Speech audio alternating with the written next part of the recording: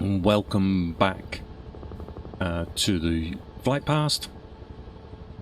We're continuing our discussion of the first wave assault at Omaha Beach. In the first part of this live stream, we were talking about the German defences, and the plan that the Allies had at this beach here, which we can see down here, is the Vierville draw, was that H hour being 6:30, we'd have a pre-bombardment, and the sort of timescale they're talking about was that within an hour and a half, these obstacles on the beaches would be being cleared to allow a build-up of larger landing craft to come in with vehicles, and then further reinforcements will come in. The 115th Regimental Combat teams would be arriving around H hour plus 195. And they basically had that the beach obstacles would be cleared within 2 hours was their objective, and that the draws would be opened by H hour plus 3, and they were anticipating a bridgehead that was 5 miles deep, pushing inland 5 miles, and that each side of the Omaha Beach would have been linking up with places like the Pont de Hoc or Port-en-Bassin, and linking up with Gold Beach. I've got some notes on that. This is the map of the first assault, but what I wanted to show you was the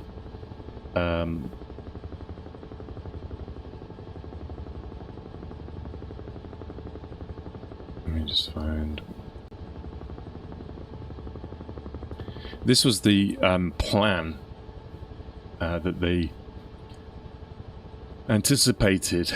So you can see that they didn't feel at all that this crust of defense here would hold them up too long.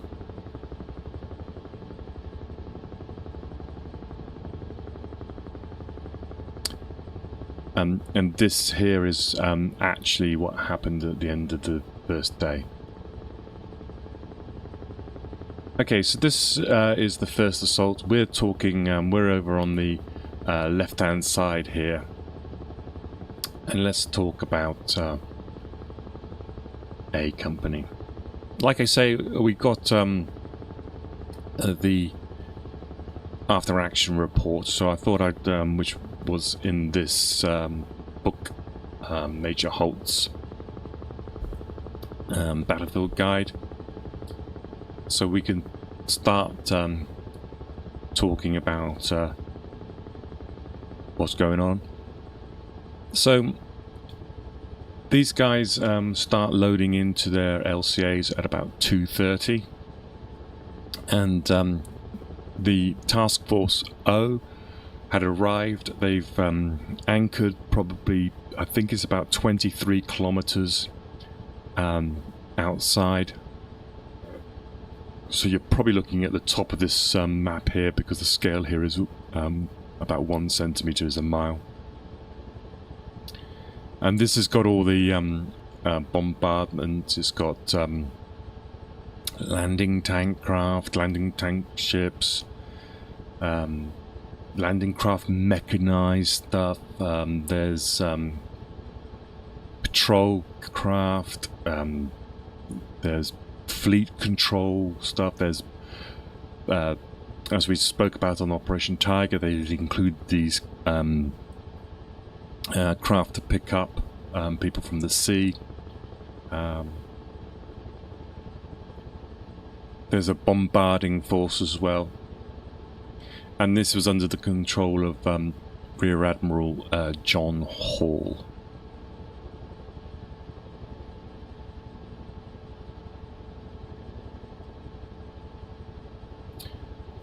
At 2:30, these guys start getting into their LCAs, and they were driven by the Royal Navy.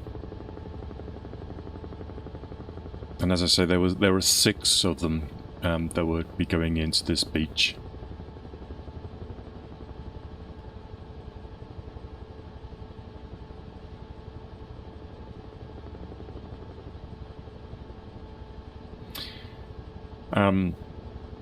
Behind them was a 7th one, which was with this support company, and that included a guy called Lieutenant Elisha Nance. I mean, they would be coming in with B Company in the 2nd wave. But just remember some of these names because they will be part of it. This is also one of the boats that contain 2 of these guys who were known as these Bedford Boys. And the Americans had this tendency to recruit a lot of people from the same area. And it's something that the British did, especially in the First World War. But they changed it because of the First World War. Because if you get something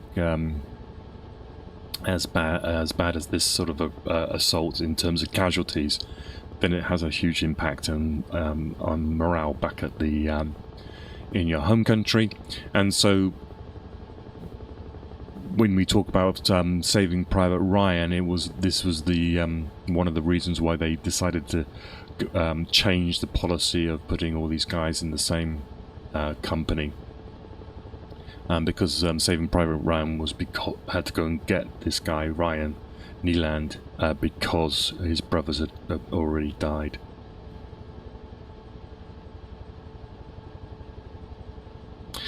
So the Company A, 116th, they're in their boats. They're now circling out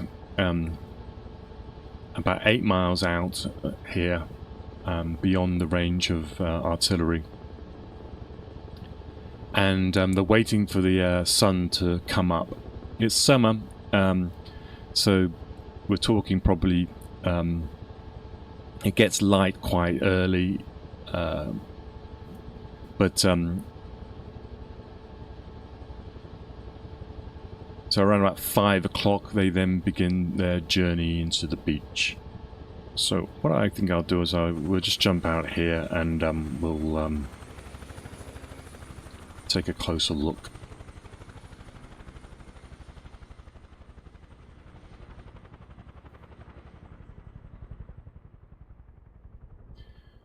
So we are talking so about 5,000 yards now. Just make sure, because I know everybody's probably meters these days.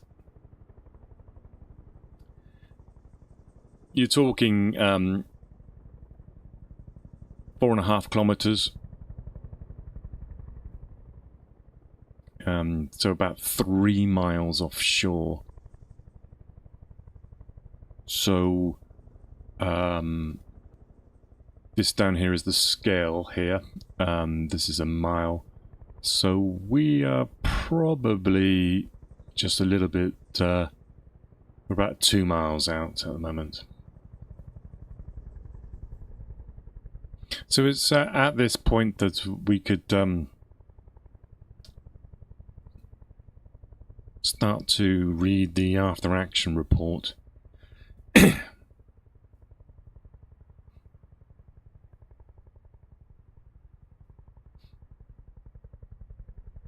There's some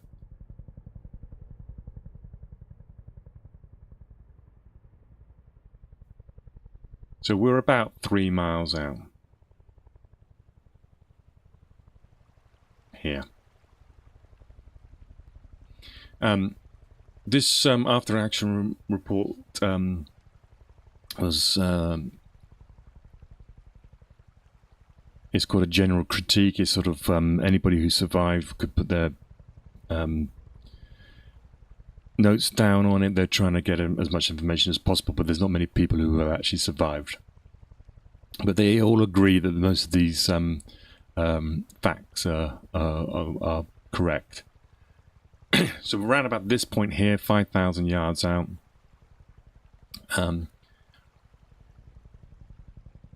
they see they've got sorry, let's talk about the barrage first. So the bombardment first. That happens about 550-ish. There's a naval bombardment. USS Texas is involved in it. USS Emmons as well. And this is when the Germans first get spot the ships off the coast. This is at 5 o'clock. 5:30, beyond USS Emmons starts to begin artillery fire on some of the main artillery positions. And at 5:50, then they switch their targeting to the actual positions on the beach. USS Emmons is one of them. There's a Free French destroyer called Georges Legoux, and then there's also, they're joined later by the USS Arkansas. USS Texas is targeting Pointe du Hoc, which is over here on that end there. And then later the USS Texas would then come back and join. And then there's two US destroyers as well, Satterley and Taliban, and HMS Taliban, sorry. One US destroyer, one British destroyer called USS Satterley and HMS Taliban. And they are trying to destroy a radar station which is on Pont Eraz de la Percée, which is this point here. This over here is Pont du Hoc, and then Point Eraz de la Percée is there. So around about 5:30, 6 o'clock, they then switch their main bombardment onto the positions on the beach. And at 6 o'clock as well, there's also a 448 B-24 Liberators come in and do their bombing mission. But the skies are overcast. We know the ceiling is at about 2,000 feet. And because they can't see it, they either don't drop their bombs. But they are wary, even though at this point these guys are out here. They haven't got confidence that they're not going to hit their guys. So rather than do hit the guys, they tend to err on the side of caution, and they drop all their bombs inland.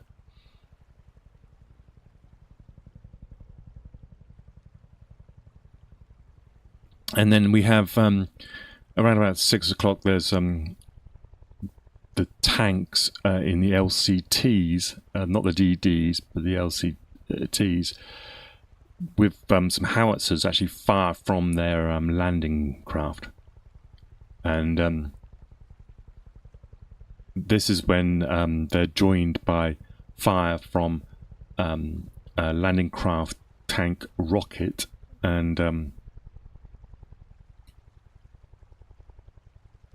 this is where we can pick up the story of A Company. So I'll read it word for word, and I'll tell you when I'm not reading it.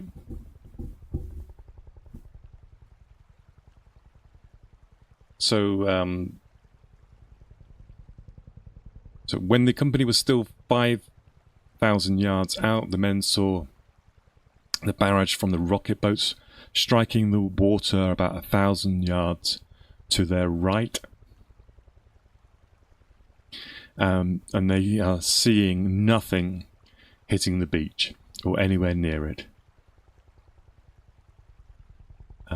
A Company came in on 6 assault boats, and as they drew to within 1,000 yards of the beach, which would probably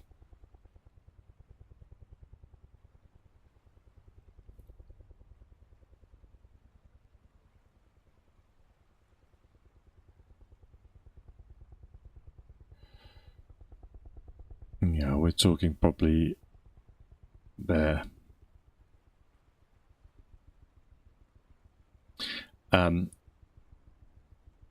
They begin to receive artillery and mortar fire.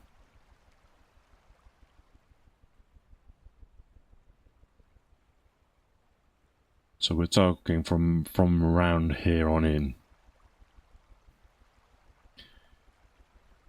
At this point, they say there's already been one boat lost, and that is foundered 1,000 yards out from shipping too much water. And the first casualty of this is a man is drowned, and the others are picked up by a naval craft.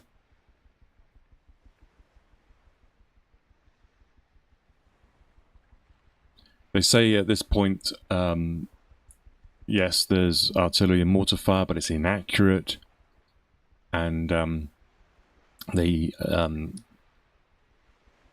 feel it's ineffective. So I continue. At first, the enemy's shell fire was ineffective, but as the first boats drew to within 50 yards of the sand, one was struck by an artillery shell, and 2 men were mortally hit, the others taken to the water. Now this, I'll just stop there. This is the beach. Now, of course, it was low tide. I think it came out probably 300 yards out. So we're talking maybe in this sort of area here is where we're talking this artillery, this LCA got struck. The men recognized that they were coming straight into the designated landing point. So they've obviously, at this point, they can see where they've got to be. And we've got to remember at the time, it was overcast there, and a lot of these features were obscured by smoke. I believe somewhere down here there was a fire started by the bombardment. The waves, by the way, were the wind was gusting. It was force 4, gusting 5. Sea was moderate, and there was a the tide was coming in, and it was also pushing the boats from the right to the left.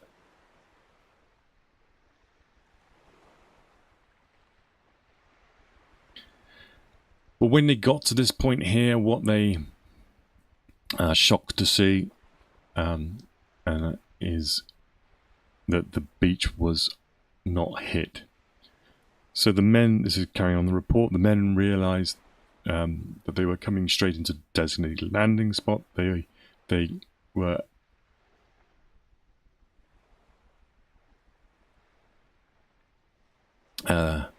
looking at the enemy's shore and the shoreline, and they could see there was an unblemished beach. There had been no artillery fire at all landing on the beach, so this meant that none of the defences had been broken, and then there was one more key thing, there was no craters for them to get cover in. They could also see that the beach was completely barren of shingle. There was no shingle ridge that sometimes you get on these beaches, so there was nothing for them to hide behind. And when we get to probably about here, the time, as you see in the top right hand corner there, is 6:36. The first ramps had dropped at 6:36 in the water, and the water was waist deep and to over a man's head. This was the point when the Germans opened fire. Let's have a quick look at the view that they would have had. If we look at Widerstandsnest 71, they're looking down here. They wait for the ramp to drop, and I continued as if this has been the signal for which the enemy waited. The ramps were instantly enveloped in a crossing of automatic fire, which was accurate and in a great volume. It came at the boats from both ends of the beach. So it's coming from both sides. It sounds like they're coming almost straight to the draw here, and they're getting it from both sides of this draw.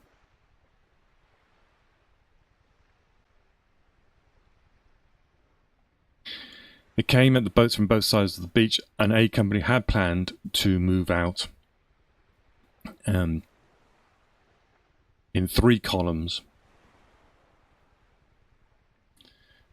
The centre file going first, and then the flanking files peeling off to the right and left, and the left.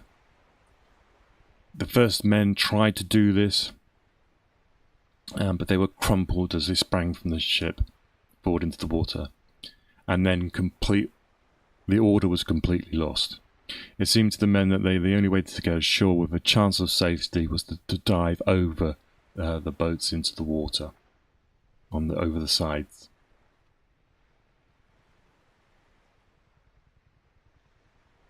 A few of them jumped off, trying to follow follow the people in front of them, and when they went over, they were over their heads in water.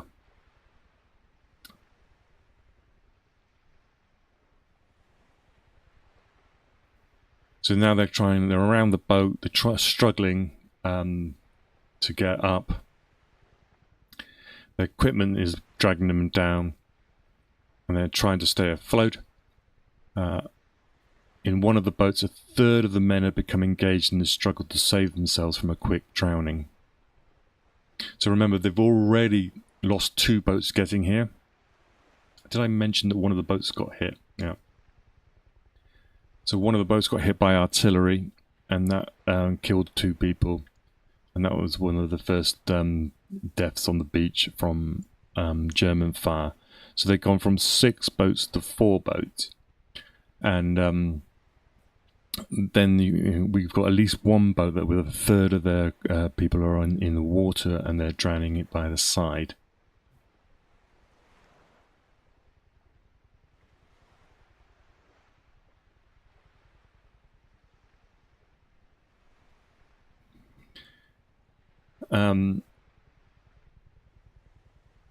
So that many of them drowned. Some of them were hit in the water and wounded, and some just drowned straight away. Others, they were wounded and they moved forward, and they dragged themselves onto the sand, where they would inject themselves with morphine. But the problem was that the tide is coming in, so a lot of these people who were wounded were then drowned by the incoming tide.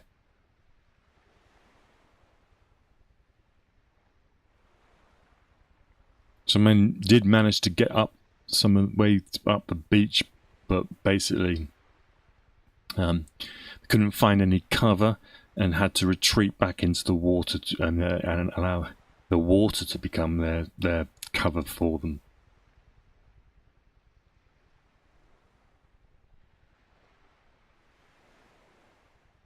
And then they would literally sort of crawl in to this forwards with the incoming tide.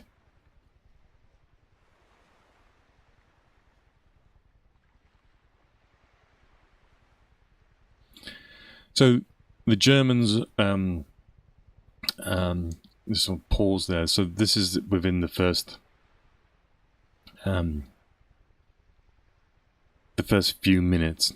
The second wave is coming in about 10 minutes later. So this first wave had literally got to the beach. They ceased to exist as an assaulting company at this point. So the second wave comes in. And what they're faced with is that these people, the first wave, have not progressed up the beach. They're not providing any covering fire for them, and so they've now become literally another first wave. And they can see that these people are drowned. They're in the water. They're digging themselves into the sand, but they are not assaulting the position.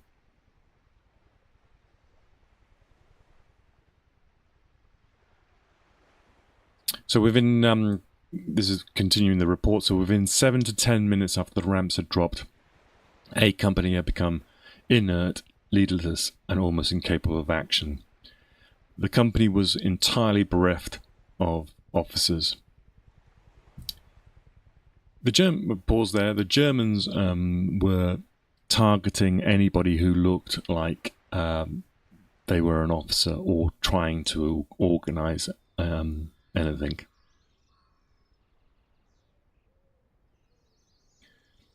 So the casualties in officers and NCO was particularly high.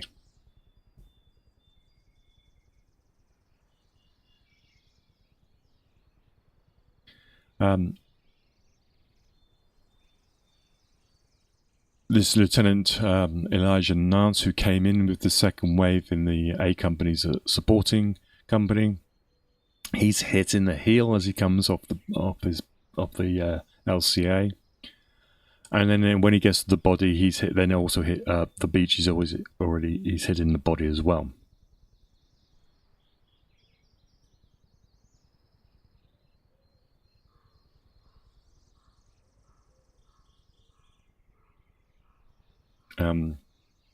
There's a guy called Lieutenant Tidrick.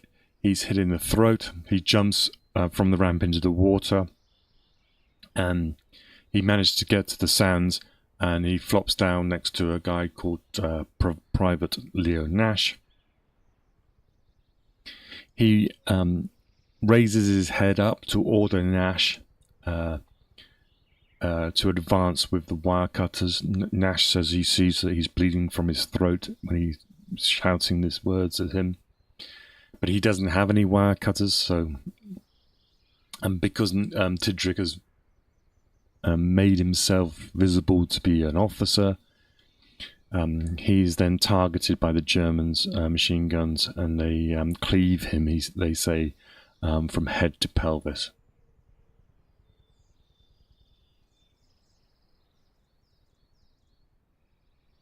German machine gunners along the cliff directly ahead were now firing straight down into the party. Captain Taylor Fellers and Lieutenant Benjamin Kearford had come in with 30 men from A Company aboard LCA 1015. But nobody knows what happened to that boat, because they say every man was killed. Most of the bodies were found on the beach.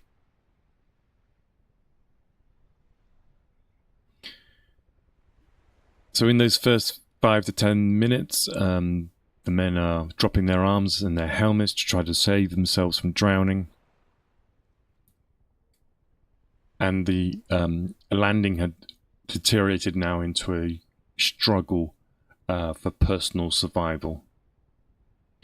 Every sergeant had been killed or wounded. And as these German snipers are picking them off. Coming in on the second wave as well was a medical boat. It came in to the right of Tidrick's boat, and they also were machine gunned down.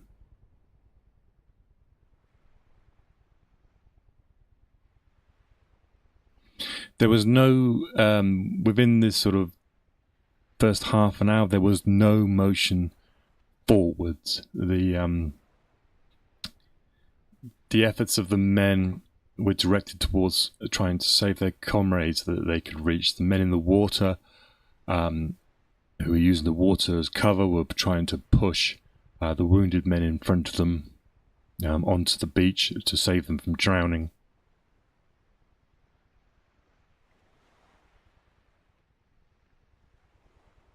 And people who had reached the beach were trying to crawl back into the water and to save these wounded men. And that action themselves would get them hit.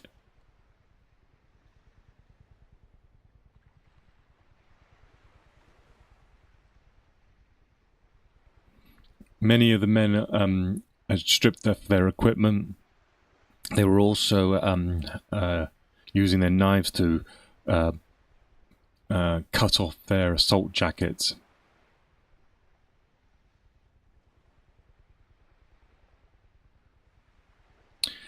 And according to the report, just within 20 minutes of striking the beach, A Company had ceased to exist as an assault company and had become a forlorn rescue party bent on survival and saving lives. There was no orders given anymore because there was no one to give orders. So it had just become every man for himself. They all say that the leading man in the rescue work by the account of all the survivors was a first aid man called Tom Breeden.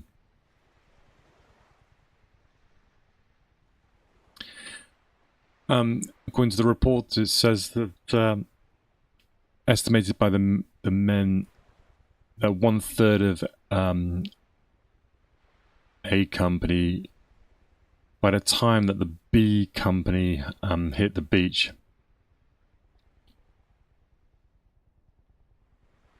there was only 1/3 of A Company left by that time. One story is that some of 6 men of Able Company managed to get to these cliffs here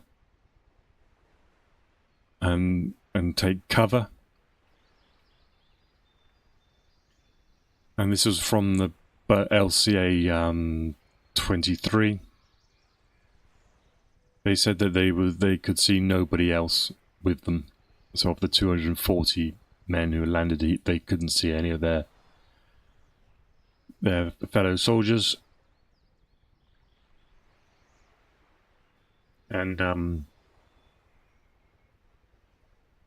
two of the they were joined by members of the 2nd Rangers at this point. And it turns out that and then they would join the 2nd Rangers in assaulting this position here through the day. And so it turns out of Company A, these soldiers, the 6 soldiers that made it to this point here, were the only ones that would make an assault action on that day.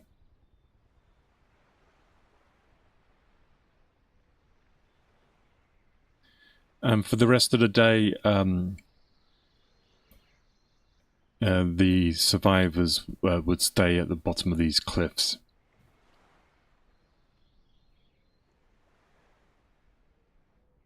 Okay, so that's the end of the action report.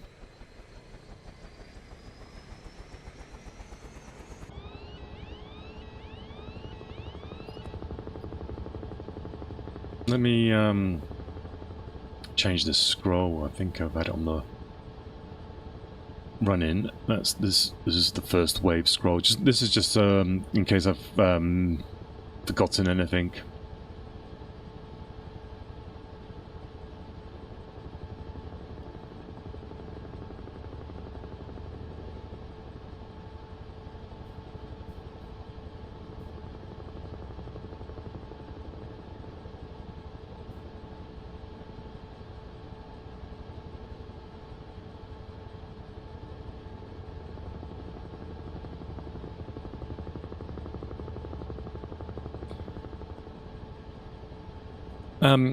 So just to finish off the story then,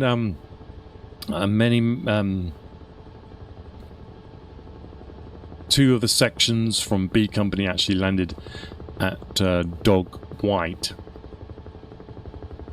And this is when I, from the beginning, remember the landing craft coordinating team had decided that it was too dangerous to send the Rangers in to Dog Green, so they sent in the Dog White, which is this section of the nose now.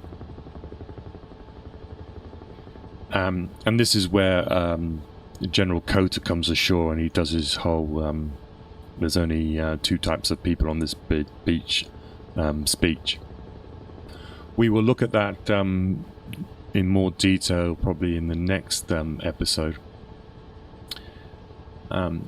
But basically, they managed to get up on this cliff here. To cut a long story short, and they approached the Vierville draw from Vierville itself.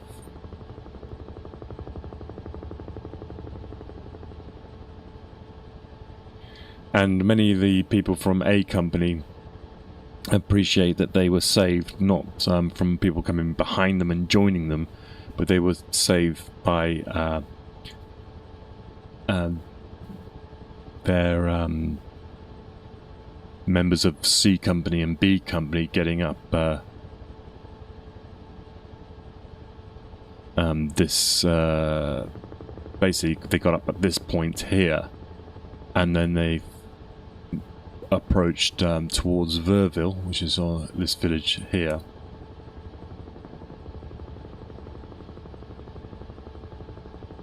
And then they came round behind the German defences and relieved A Company from this place, from this direction.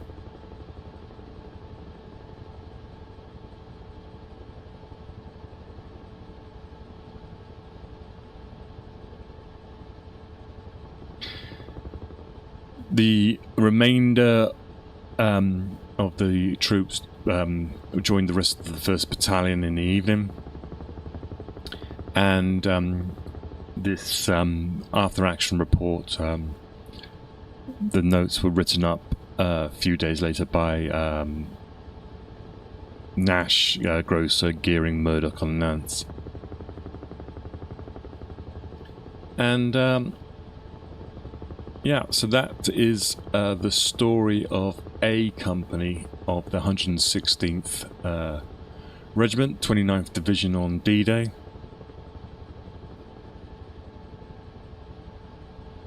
It's an interesting discussion to be had.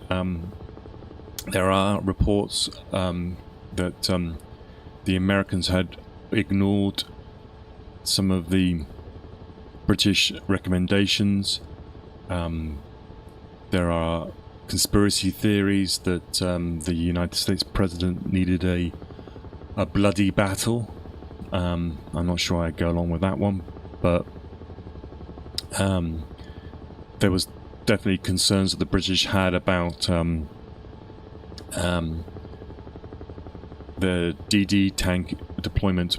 By the way, I haven't mentioned the DD tanks. So the DD tanks were supposed to be arriving before these guys at about 10 minutes before. And there were 30 tanks that were coming in across the sea. Of those 30 tanks, or 29 tanks, 2 made it. And these guys in the LCAs were coming across the sea, and they could see that these tanks, the ones that were supposed to be ahead of them, were struggling, and actually their boats went past them. So they had a lot of things go wrong on that day. So the DD tanks had been launched too far out. The sea was too rough. They should have just been gone straight in. They should have just gone straight in and landed the tanks directly onto the beach. And a lot of these later attack landings, especially on further to the east, that's exactly what they did. They just didn't bother trying to launch them into the rough seas. You then had the lack of the bombardment, the aerial bombardment not working. That happened. You had the swamping of one of the LCAs. You had one of the LCAs hit. I mean, these guys had what could go wrong went wrong. And then a lot of they landed where they should, but other elements which would have been supporting them and maybe landed further down the beach, as we say down here, they were at the far end of Dog Green onto Dog White. And so it meant that all these 4 strong points that were defending this Vierville draw from obviously nervous Germans, nervous defenders, and seeing these the fleet out in the channel, they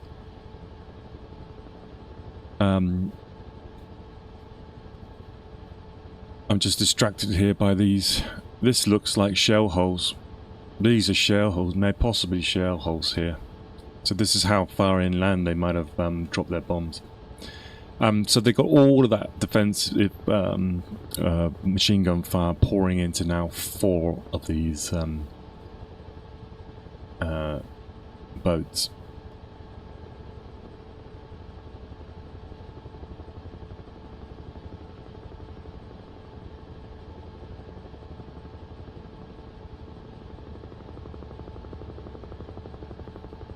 Okay.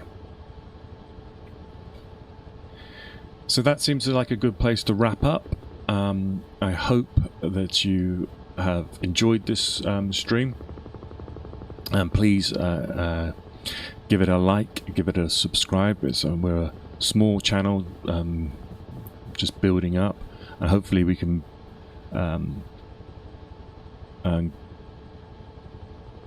build higher, more. I think we were on about 11 subscribers to the Flight Past channel, so I'd really love it if you have been watching it. Just help me out. Give us a like and subscribe. You can see some postcards or cards coming up on the top. There'll be links to the playlist, and there's also going to be I'll put up a link to my other channel, which was ePiraten, and that's where I will use it's my music channel, but I set my music to a Minecraft build of cathedrals.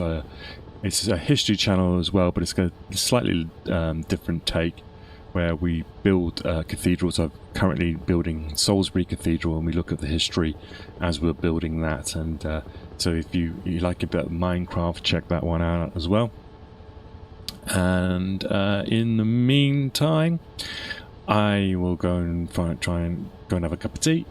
And I will see you in the next one. Bye-bye.